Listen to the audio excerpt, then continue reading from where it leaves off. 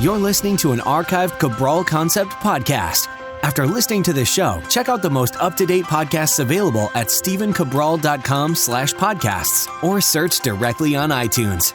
And now, welcome to the Cabral Concept, where board-certified naturopath and integrative health practitioner Dr. Stephen Cabral shares how he was diagnosed at the age of 17 with a life-altering illness and given no hope for recovery. It was only after studying and traveling all over the world did he discover how to combine ancient Ayurvedic healing practices with state-of-the-art naturopathic and functional medicine to fully rebalance the body and re-energize it with life. It's time to discover how to get well, lose weight, and finally feel alive again. And now, here's your host, Dr. Stephen Cabral. And today we have 3 of your questions we've wrapped up from the week. Please do keep submitting them at stephencabral.com/Ask Cabral. Love answering all of them. And with our new format, we're going to be doing 2 house calls every week. They're going to be taking all of your questions. Some weeks maybe we'll do 5. Some weeks we'll do 3. We'll see how it goes. I'll absolutely answer all of your questions. Typically it takes within about a week or 2 for me to get to them. But keep on listening. We're going to be doing 7 shows a week now with our regular format Monday through Friday and our house calls on the weekends. So you can catch up whenever you'd like. So let's get right into it. Angela asked today, have you ever read Wheat Belly, and do you agree with the author? So a lot of people have heard about the book Wheat Belly before.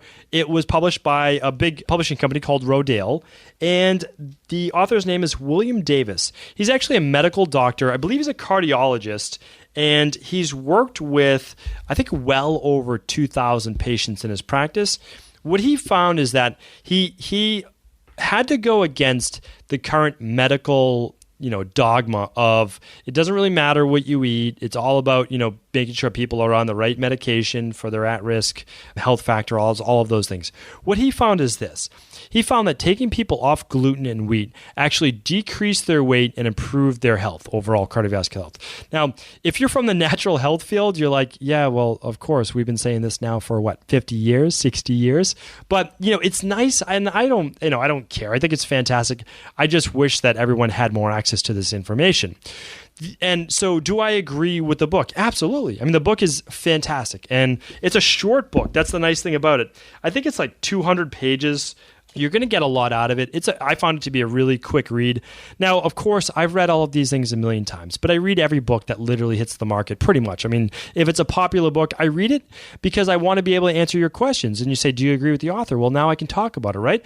And so my thing is since I've read thousands of books, it's not always about getting more information out of it. What it is about seeing how different authors phrase things in different ways and how I might be able to then take that same phrase or information, talk about it a little differently outside of my own perspective, and maybe share that with you, and then you can get that same benefit. Plus, instead of you reading Wheat Belly, maybe I can share some of those tips, of course, with you. So, Angela, I do absolutely agree with the author. I just don't agree with the marketing, and I don't even think that the author, Dr. Davis, had a lot to do with that, because right in the inside cover, and I'm going to quote it right now, it says, after putting more than 2,000 of his at-risk patients on a wheat-free regimen and seeing extraordinary results, cardiologist William Davis has come to the disturbing conclusion that it is not fat, not sugar, and not our sedentary lifestyle that is causing our nation's obesity epidemic. It is wheat. Now, that is sensationalism, and I will call people out every single day of the week if that is written, because I don't care about selling more books. I don't care about selling a headline or an article. This is sensationalism journalism, and I don't even believe Dr. Davis had anything to do with this. I believe it was the company publishing the book to get you to try to read it. And yes, wheat absolutely does add to weight gain, without a doubt, because it adds to it not just from calories, which a lot of people are confused about, but through inflammation and a lot of health issues, because I work with a lot of people with autoimmune-based issues, and we see this all the time, wheat leading to those specific things, especially Hashimoto's and a lot of skin-based issues. But to say that fat, trans fat especially, and processed sugar and a sedentary lifestyle doesn't lead to obesity, come on, that's absurd. So I don't agree with that, but I do agree with pretty much everything else written in the book. Of course, we never agree with maybe everything, but Absolutely. I think it's a great book. It is worth your time. It talks about not only the addictiveness of wheat, it talks about how wheat actually changes brain chemistry, and it can actually lead to mood disturbances, depression, anxiety. It leads to insulin resistance and diabetes. It talks about how it affects cardiovascular disease. So I have to tell you, even if you don't read the book, adopting a gluten-free and wheat-free lifestyle, you're only going to get benefit. Like, there's no downside whatsoever to it. So, Angela, I'm going to talk about this more in the future, of course. But if you're on the fence about reading Wheat Belly or not, check it out. I think it's worth your time. Great book. And if not, just cut out gluten. All right. Tiffania is up next. Tiffania is asking, what's the best day for a cheat meal? So, I like this. There's a little bit of foresight. There's, actually planning out your cheat meal. So, here's my answer to you is really any day of the week that you like, but if possible, I would love for you to do a workout that day. And only if it's like, let's just say you're going to go out that night and you do like a 10-minute workout before you maybe shower and get ready to go out or something like that. Doing that workout, believe it or not, will allow you to reuptake more of the sugars in your cheat meal. Like most people's cheat meals are going to be carbohydrate based, okay?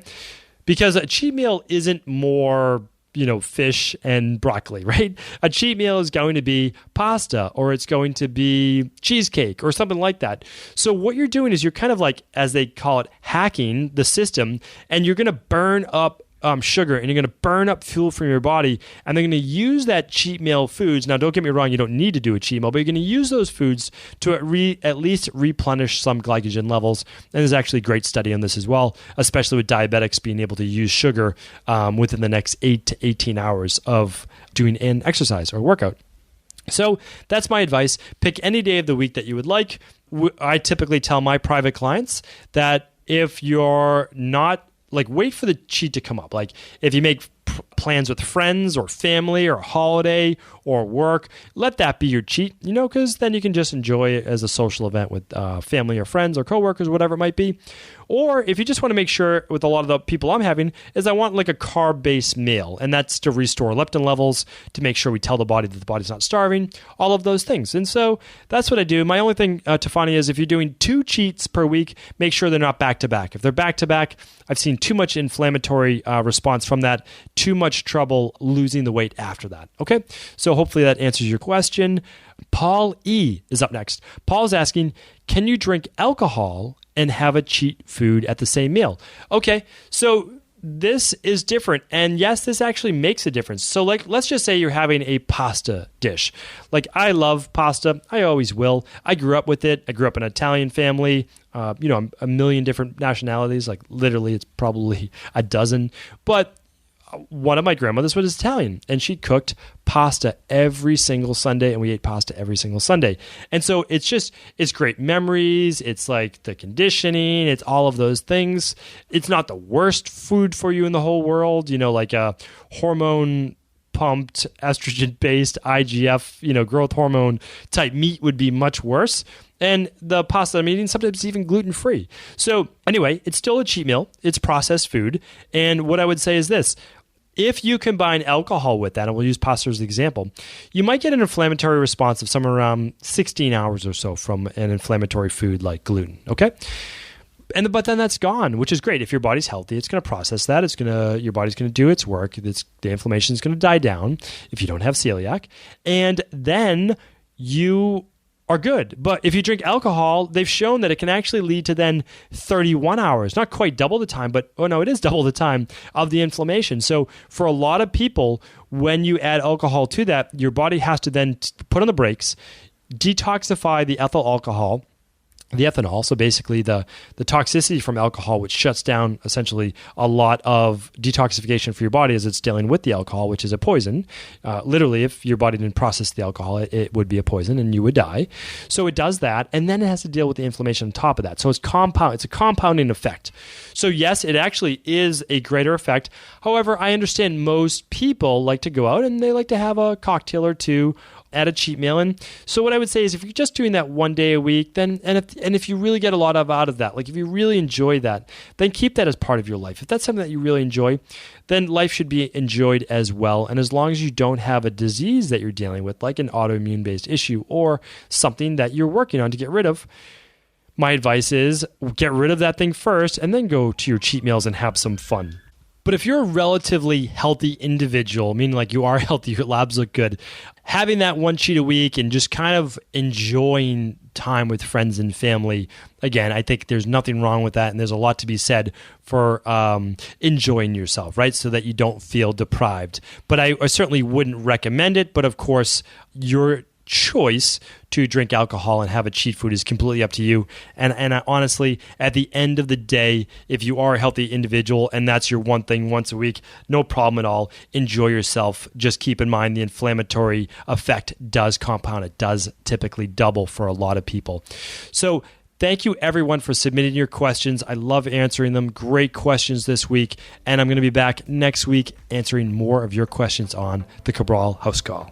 Are you ready to heal yourself and then go on to heal others? If so, the Integrative Health Practitioner Institute can help you discover proven functional medicine protocols that blend the best of 7 different healing disciplines from around the world. I personally share with you the exact handouts and protocols I use in my private practice that enable people to get well, lose the weight, and live longer, stronger. I want to pass this information on to the next generation of health coaches, and that is exactly why I created IHP. We are the future of the health coaching industry, and the skills and knowledge you will learn will make you an in-demand certified health coach anywhere in the world.